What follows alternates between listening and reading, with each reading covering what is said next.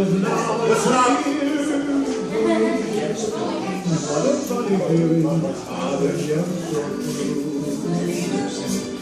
It's 1933. Turn it down a little bit. Yeah.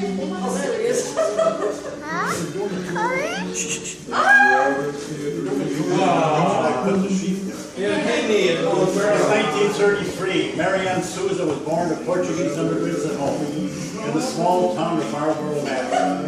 Women always wore dresses, hats, and gloves.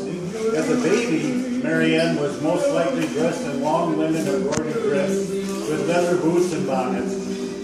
Here's our little Mia, dressed in a simple cotton dress, ankle socks, Mary Jane shoes, and a bonnet. The family worked in the factory all day and gathered in the parlor in the evening to listen to the news on her father's radio. They heard about a new planet that had just been discovered called Pluto. The world's tallest building, the Empire State Building, was finally completed. They listened to Frank Sinatra and followed the story of Bonnie and Clyde. The 30s saw Adolf Hitler come to power and the invention of the cheeseburger. Chevy made wire wheels on all their cars and introduced the electric automatic starter. Wow. And introduced the electric automatic starter. Wow. Now here we are 10 years later. It's the 1940s. Nevaeh is wearing a typical white-collared shirt and plaid joggers, dark stockings, and black leather shoes, which is typical of a 1940s grade school outfit that Marianne might have worn. Not only did little girls have to wear these dresses every day to school, but their moms had to iron them. Hats, gloves, and purses were common at church. While she studied her books, her mom and dad, Emmanuel, worked very hard on their own business, the Souza Turkey Farm. Amelia wore mid-waist shirt dresses, aprons, and leather shoes.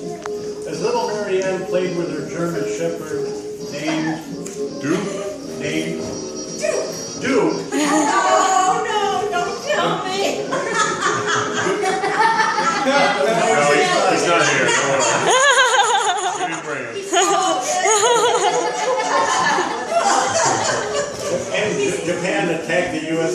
at Pearl Harbor. The auto manufacturing came to a halt to provide steel for the military. The T-shirt and Army Jeep were invented. Soon our boys landed on bday to turn the tide. A lot was going on in the world, but one little girl back home on a small farm in Mass was only happy to see all three of her big brothers return home safely from the war. Now, shift with us to the late 40s and early 50s. Marianne was a teenager. Her brothers were all moving off the farm, so she was treated with the Wow. all her fashion accessories, all of her fashion accessories like her shoes, shirts, and jewelry, we just had to match.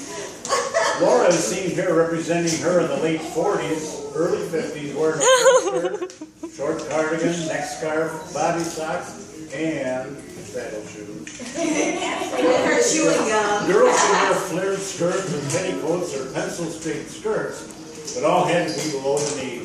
High heels with ankle straps or saddle shoes covered their feet. Feathered hats and mantillas covered their heads. Marianne usually braided her hair. The braids were worn hanging down at school or tied up on topics for church or special occasions.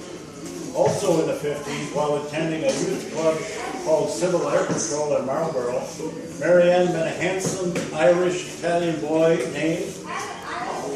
All right, good memory. They were glued at the hip, but the Korean War began and President Truman was going to take her boyfriend away. They couldn't bear to separate, so they married young at St. Michael's Catholic Church and were soon stationed in Waco, Texas at James Connolly Air Base. Oh my God, that's so beautiful.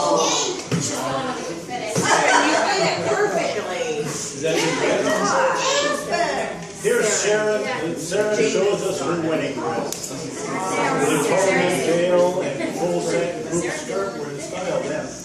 Notice the train had to be carried the whole day by the young bride. Paul and Marianne started their family of 5 in Texas. Cars had new colored headlights and seatbelts were put in. People saw Sound of Music in the theaters. It was a decade of firsts. The first polio vaccine, the first credit card, first organ transplant. But the very best first was the first color TV. We had to drive over to Vavo's home to watch theirs. During the day at home, Marianne folded diapers, lots of diapers, as she watched Days of Our Lives on her old black and white TV. Her little children played with hula hoops, Tinker toys, and train sets. At night, the family watched Disney's Wonderful World of Color and Elvis on the Ed Sullivan Show. During the day, she wore pedal pushers with her kids' sneakers, but at night, when she went out dancing with Papa, she wore dresses with high heels and those thigh-high nylon hose held up with garters. A gentleman always paid and usually bought his date a corsage. Now, it's the 60s. The clothes have changed dramatically. Dramatically, yeah.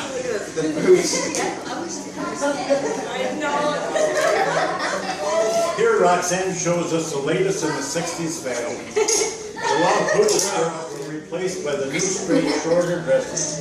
Psychedelic colors and geometric shapes were the fad. Earrings got bigger. Pantyhose replaced stockings and garters.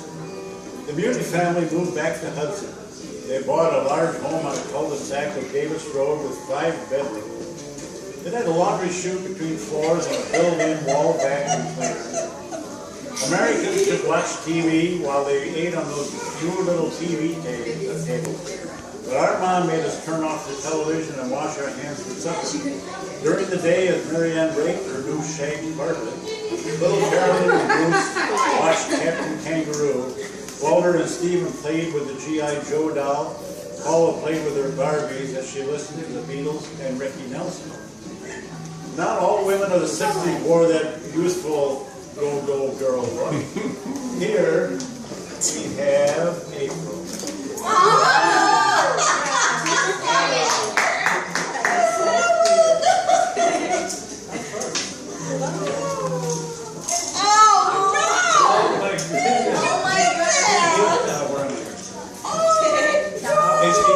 Showing us the 60s classic line brought by our First Lady, Jacqueline Kennedy. Marianne loved her style and often wore similar dresses to work.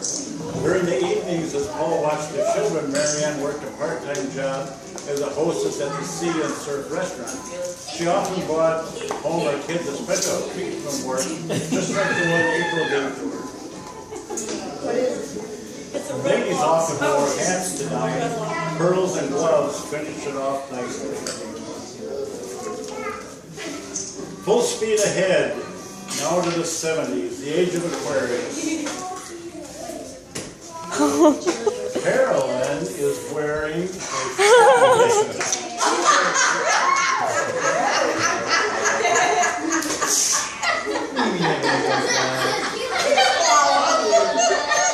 No, I never wore that.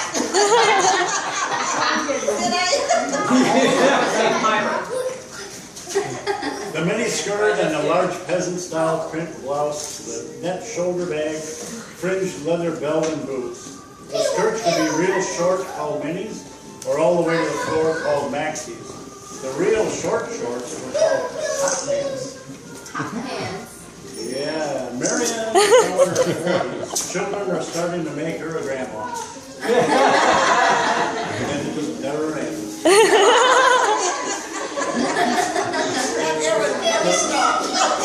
Every year she celebrated her own 25th birthday, and it took about 10 years for the kids to catch on to her prank. People were talking about the latest things like floppy disks, VCRs, pocket calculators. On TV, they watched Americans going off to Vietnam, President Nixon's Watergate scandal, and the best comedy ever, MASH. It's now 1980. And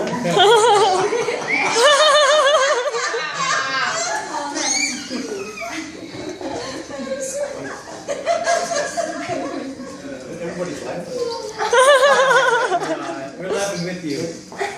But she's not Wearing laughing. an 80s two-piece knit skirt and jacket suit with shoulder pads and a flashy heels. The very casual hippie look of the 70s gave way to dressy fabrics and classic lines again. Blouses had sparkles and shoulder pads. Hair got big and curled like Farrah Fawcett. Mary Ann is now called Mimi. They moved the family to Lake Boone and Cox Street and finally to Florida all in the same decade. On TV, she watched news about John Lennon's assassination. Michael Jackson would do his moonwalk. The AIDS epidemic and DNA was used to convict criminals. Her grandkids played with Cabbage Patch dolls, Pac-Man video games, and Rubik's Cube. Our fashion show continues with Mimi in the 1990s. Here we have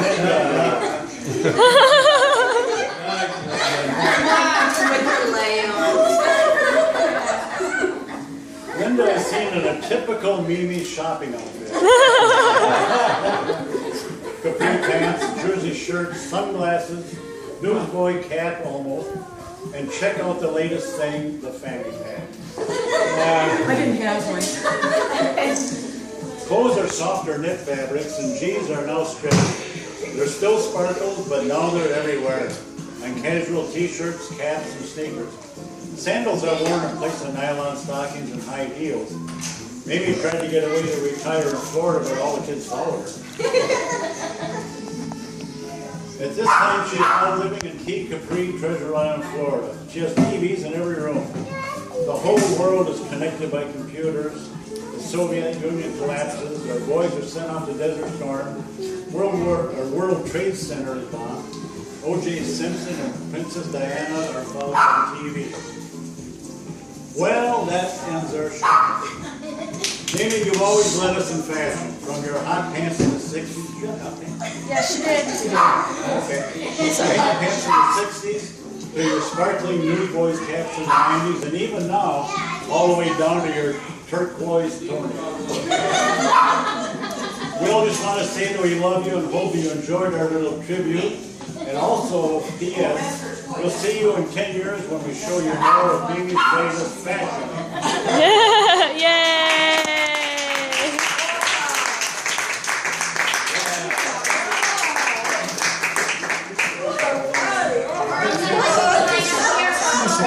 Everybody please line up here for a photo.